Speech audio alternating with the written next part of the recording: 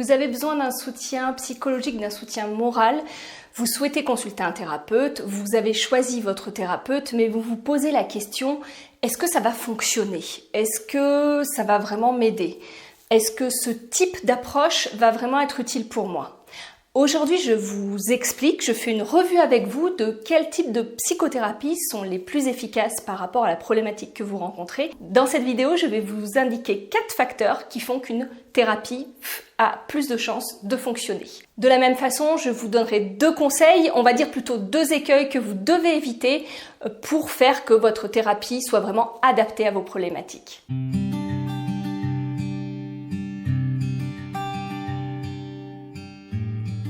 Bonjour à tous, vous retrouvez donc aujourd'hui le 3e épisode, la 3e vidéo qui correspond à la série sur le soutien moral et le soutien psychologique et plus précisément sur les thérapies, ce qui peut vous aider à ce niveau-là. Je vous rappelle que dans les 2 premières vidéos, nous avons parlé plus précisément des types de professionnels qui étaient à même de vous accompagner dans ce cadre-là et de leur formation. Et dans la 2e vidéo, nous avons parlé un petit peu plus précisément des types de psychothérapie qui existaient et donc des types d'outils que les thérapeutes pouvaient utiliser, les psychothérapeutes, pour vous accompagner. Donc dans ces vidéos, nous étions restés sur quelque chose de très théorique, on va dire. L'idée, c'était de vous présenter un petit peu l'ensemble des acteurs et l'ensemble des outils qu'on retrouvait le plus fréquemment. Sauf que vous vous en doutez bien, dans les faits, les choses ne sont pas aussi sectarisées et aussi finalement simples et catégorique, puisque chaque thérapeute, chaque psychothérapeute a donc sa formation initiale, mais a aussi toute sa pratique qui l'enrichit. De ce fait, un thérapeute est différent au début de sa pratique et après 10 ans d'expérience professionnelle, puisqu'il s'est enrichi des interactions qu'il a eues déjà avec ses patients, mais également la majorité, en tout cas je l'espère, des psychothérapeutes sont à même de se former sur d'autres techniques au fur et à mesure, en fonction finalement de leur sensibilité propre et puis en fonction de ce qu'ils ont rencontré et de leur domaine de prédilection. Donc là-dessus, je voudrais vous alerter sur ce point. Finalement, vous avez vraiment l'indication de la formation du professionnel qui va être sa formation initiale, on en a parlé dans la première vidéo, du type de thérapie qu'il va utiliser, sur lequel il s'est formé prioritairement, ça c'est en général le 2e petit nom sur la plaque, c'est ce qu'on a évoqué dans la 2e vidéo, mais en plus, vous avez plein d'autres facteurs qui rentrent en ligne de compte, puisque en général, un psychothérapeute, même s'il a une approche prioritaire, si c'est un bon psychothérapeute, il a forcément une flexibilité qui fait qu'il aurait été se former, en tout cas s'intéresser à d'autres pratiques, et du coup les choses ne sont pas aussi sectarisées que ce que je vous ai expliqué dans la première vidéo. Donc ça c'est le premier petit point que je souhaiterais faire avec vous tout de suite. 2e petit point, je souhaitais repréciser s'il y a des gens qui tombent sur cette vidéo et qui ne me connaissent pas et qui ne connaissent pas Glyfactory, que mon propos s'adresse principalement à des gens qui vivent avec des troubles de santé chronique. Donc dans ce cadre, l'accompagnement qu'on peut attendre est un accompagnement lié à un soutien moral et psychologique pour faire face à ce type de problématique. Et de ce fait, dans cette série de vidéos, je ne vais pas aborder vraiment tout ce qui est, on va dire, trouble mental, trouble psychiatrique plus précisément, puisque les troubles anxieux ou les troubles dépressifs, là, si vous souffrez de ce type de problématique, dans ce cas-là, restez, ça peut vous intéresser, mais cependant, pour les gens qui vivraient des psychoses, des troubles bipolaires ou qui seraient schizophrènes, là, mon propos ne sera pas du tout intéressant, puisque là, ça relève plus de la psychiatrie, et dans ce cadre-là, ce que je vais vous dire ne va pas forcément vous intéresser, et sera surtout pas forcément pertinent pour votre prise en charge par rapport à votre problématique à vous. Donc maintenant que j'ai fait cette grande introduction et ces petites précisions qui me semblaient importantes, excusez-moi, je voudrais vraiment repartir sur le cœur du sujet. Quelle psychothérapie, quelle thérapie, quelle aide, quel soutien moral peut vous être le plus utile quand vous vivez avec des troubles de santé? Vers quel type de thérapeute il faut que vous orientiez, vers quel type de pratique? Parce que c'est la question que vous avez dû vous poser si vous avez regardé mes 2 premières vidéos. De dire oui, c'est bien beau, c'est théorique, mais dans le concret, comment je fais? Est-ce qu'il y a une psychothérapie déjà qui est plus efficace que l'autre? Alors, quelles thérapies sont les plus efficaces? Donc la dernière fois, je ne m'étais pas du tout mouillée, j'étais restée très théorique parce que je voulais vraiment vous présenter les choses de manière très factuelle. Aujourd'hui, rentrons un peu plus dans le vif du sujet et dans une certaine part de subjectivité de ma part par rapport à ce qui m'intéresse, c'est-à-dire les neurosciences et la psychologie aussi. Revenons au vif du sujet. Aujourd'hui, en France, une grande encore majorité des thérapies sont des thérapies qui vont avoir une approche, on va dire, psychanalytique. On est d'accord que la psychanalyse, c'est une thérapie à 100% parlée, puisque, comme je vous l'ai expliqué, la psychanalyse, le principe, c'est de vous faire parler pour ramener à la conscience des conflits qui seraient inconscients. Et dans l'idée de l'approche psychanalytique, le fait d'exprimer finalement, de faire monter à la conscience suffirait à aller mieux, même si l'objectif finalement de la psychanalyse n'est pas forcément d'aller mieux, hein. C'est vraiment plus de mieux se connaître. Et en ça, c'est vrai que c'est un peu compliqué, c'est pas toujours classé dans les psychothérapies, mais ça c'est quelque chose un petit peu, on va dire, entre parenthèses. Mais ce que je voulais vous dire, c'est que pour moi en tout cas, la psychanalyse me paraît totalement inadaptée à ce que vous vivez, puisque l'objectif c'est de vous aider. Aujourd'hui, que vous viviez avec une maladie chronique, que vous viviez avec une maladie auto-immune, que vous vivriez avec un syndrome de fatigue chronique, que vous viviez avec une fibromyalgie, que vous viviez, voilà, j'essaie de reprendre un peu les types de personnes qui regardent finalement mon contenu, ou que vous viviez avec des troubles anxieux, ou que vous ayez une dépression. Le fait de rentrer dans une psychanalyse ne vous servira à rien puisque vous avez un problème qui est précis, qui est entre guillemets ponctuel, en tout cas qui est présent dans l'instant présent, que vous avez bien identifié. Donc, aller rechercher dans les conflits inconscients de votre inconscient n'a que très peu d'intérêt pour vous aider à vivre dans le moment présent. Et ce que vous recherchez, c'est une aide pour pouvoir faire face au problème que vous avez tout de suite, qui est concret et pour le coup, aller vous allonger sur un divan ou aller discuter avec un psychanalyste, pour moi, me paraît pas du tout pertinent. Puisque, à part refaire l'histoire sur l'histoire et vous re-raconter et continuer, pour moi, ça n'a que très peu d'intérêt, je vous le dis tout de suite. Et je vous expliquerai pourquoi plus tard ce type de thérapie, de toute façon parlée, à la fin de la vidéo, je vous expliquerai pourquoi les thérapies parlées par rapport à ce que vous vivez et sont pas forcément pertinentes pour vous et qu'une autre approche est plus intéressante. Donc ça, c'était pour la psychanalyse. Mais je pense que beaucoup d'entre vous, de toute façon, sont peu attirés par ce type d'approche. Donc passons sur ce type de thérapie-là. Quand vous voyez d'autres types de psychothérapie, qu'est-ce qui va faire qu'elle fonctionne ou pas? Qu'est-ce qui va être la thérapie la plus efficace par rapport à ce que vous vivez? Alors là, je vais vous faire une réponse qui n'est pas une réponse, qui va peut-être pas vous satisfaire, puisque en fait, quand on a essayé d'évaluer, alors ce qui est très compliqué, mais on a essayé d'évaluer le bénéfice d'une thérapie pour les gens par rapport à leurs problématiques, pendant la thérapie, à la fin de la thérapie 6 mois plus tard, et qu'est-ce qu'on a montré? Que statistiquement, alors on est d'accord, c'est une moyenne, il n'y a pas une des psychothérapies que je vous ai présentées, hormis la psychanalyse, qui est plus efficace qu'une autre pour aller mieux, pour que les patients s'estiment aller mieux ou s'estiment guéris. Donc vous allez me dire dans ce cas-là, si on ne sait pas laquelle est le plus efficace, sur quoi se baser? En fait, il y a 4 facteurs qui vont vraiment influer sur le fait que la thérapie va fonctionner ou pas. Alors attention, quand je dis thérapie, je ne dis pas que vos problèmes sont des problèmes, parce que c'est ce que j'ai lu dans les commentaires qu'on a pu me retourner, que vos problèmes physiques pour les gens qui ont une maladie chronique viendraient de la psyché. L'idée, c'est pas de soigner vos problèmes physiques. L'idée, c'est de vous apporter un soutien moral par rapport à cette situation que vous vivez dans votre corps qui est compliquée, de vivre avec des symptômes, de vivre avec un corps qui fonctionne mal, qui vous empêche, où les symptômes se rappellent toujours à vous. C'est vraiment plus une aide psychologique pour vivre avec. L'idée, ce n'est pas de soigner la maladie. On est d'accord, mais je préfère le repréciser. Donc, dans ces 4 facteurs de qu'est-ce qui vous aiderait vraiment, qu'est-ce qui fait que cette thérapie va vous aider à aller mieux à ce niveau-là, on va dire moralement, et pour avancer dans la vie malgré la maladie, ou plutôt avec la maladie. Donc quels sont ces 4 facteurs? Première chose, on s'est rendu compte que le type de thérapie influait à peu près sur 15% de l'efficacité de la thérapie, ce qui est très peu. Quels sont les 4 autres facteurs? Donc le premier, c'est l'implication du patient dans sa thérapie. Le deuxième, c'est la confiance que vous allez avoir dans votre thérapeute. La troisième, c'est la confiance que vous allez avoir dans le type de psychothérapie et la méthode, finalement, dans l'outil qu'utilise votre thérapeute pour vous aider à aller mieux. Et la quatrième, c'est vraiment la qualité de l'alliance thérapeutique. Alors ça veut dire quoi? C'est vraiment la qualité de relation que vous avez avec votre thérapeute. On va revenir point par point sur chaque chose. Première chose, l'implication du patient. Ça veut dire quoi l'implication du patient?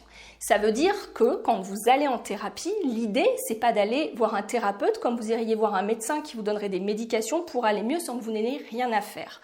La thérapie, ce type de travail-là, demande une implication de votre part. Et attention, je précise bien, et ça, une fois de plus, excusez-moi, c'est mon avis personnel, que si à un moment donné, quelqu'un vous promet de guérir en 3 séances sans que vous n'ayez rien à faire, une espèce de guérison miracle, j'aurais tendance à vous dire de fuir. Parce que si vous rencontrez vos problèmes depuis un moment, c'est pas en 3 séances et sans que vous n'ayez rien à faire que les choses vont aller mieux. Parce que le principe, c'est que pour que vous puissiez aller mieux, il faut qu'il y ait finalement un changement en vous. Et ce changement, on le voit, ça a été prouvé, on a fait des IRM à des gens avant thérapie, après thérapie, qu'une thérapie peut vraiment avoir un impact sur la modification de vos chemins cérébraux et l'activation de vos chemins cérébraux. Ça veut dire quoi?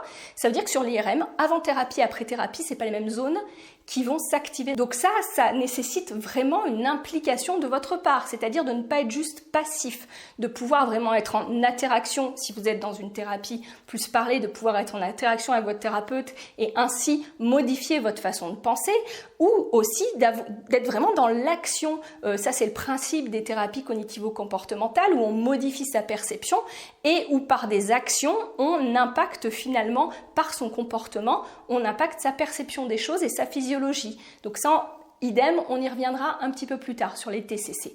Donc première chose, si vous n'êtes pas impliqué dans la thérapie et que vous y allez juste parce que vous y allez puis vous verrez bien, ça ne fonctionnera pas. Deuxième chose, la confiance que vous avez dans l'efficacité de la méthode que va utiliser le thérapeute. Alors, pourquoi c'est important? Déjà, c'est très très important que le thérapeute, quand vous allez les voir, va vous expliquer comment il fonctionne et comment il travaille. Parce que si vous n'êtes pas dans une relation finalement donnant-donnant et dans une interaction, et ça, idem, je vous en parlerai tout à l'heure, ça ne peut pas fonctionner par rapport à vos problématiques spécifiques. On est d'accord, ça peut fonctionner peut-être pour d'autres choses, mais vraiment pour un soutien et une aide comme l'aide que vous cherchez, ça ne fonctionnera pas.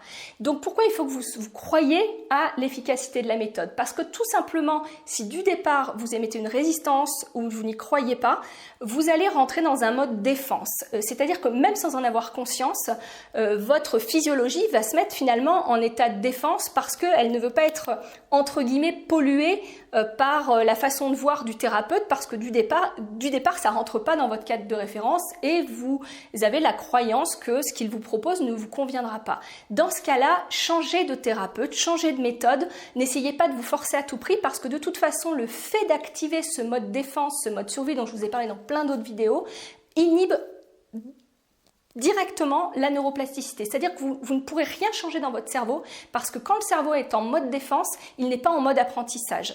Et du coup, vous ne pourrez rien modifier et la thérapie ne vous servira strictement à rien. Troisième chose, la confiance que vous avez au thérapeute. Dans votre thérapeute. Ça paraît logique, mais si vous arrivez et que vous avez déjà une méfiance par rapport à cette personne, et ça ne s'explique pas forcément, je l'avais déjà dit aussi dans d'autres vidéos, si vous ne vous sentez pas en sécurité avec ce thérapeute, ça ne sert à rien, parce qu'on est dans le même principe, vous allez vous mettre en mode défense, et du coup, de toute façon, plus vous irez voir ce thérapeute, plus vous serez en résistance finalement inconsciente, même sans des fois vous en rendre compte, de toute façon, vous n'aurez aucun effet positif. Donc dans ce cas-là, si du départ vous sentez que vous n'avez pas de confiance en cette personne, mais n'essayez pas de forcer, changez de thérapeute. Donc que ce soit la méthode, que ce soit la personne, si vous rentrez pas dans ce cadre de référence-là, ça sert à rien de vous forcer, surtout ne vous dites pas cette personne sait ce qui est meilleur pour moi, parce que c'est vraiment une interaction, la psychothérapie, et la personne, elle est là pour vous proposer des outils, elle n'est pas là pour vous imposer quoi que ce soit. Et il faut que vous soyez vraiment acteur pour que vous puissiez avoir un changement et pour que vous puissiez aller mieux.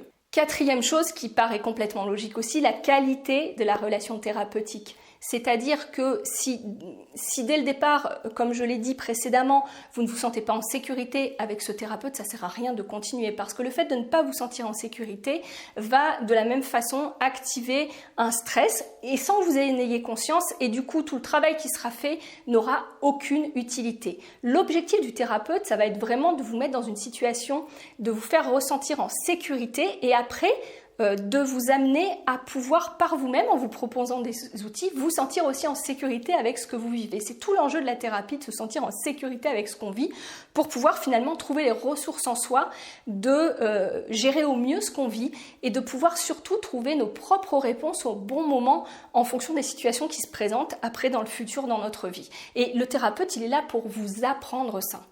Alors maintenant que je vous ai présenté les facteurs qui contribuaient à ce qu'une thérapie soit efficace ou non, on va répondre à cette question de quelles thérapies sont les plus adaptées par rapport à vos problématiques.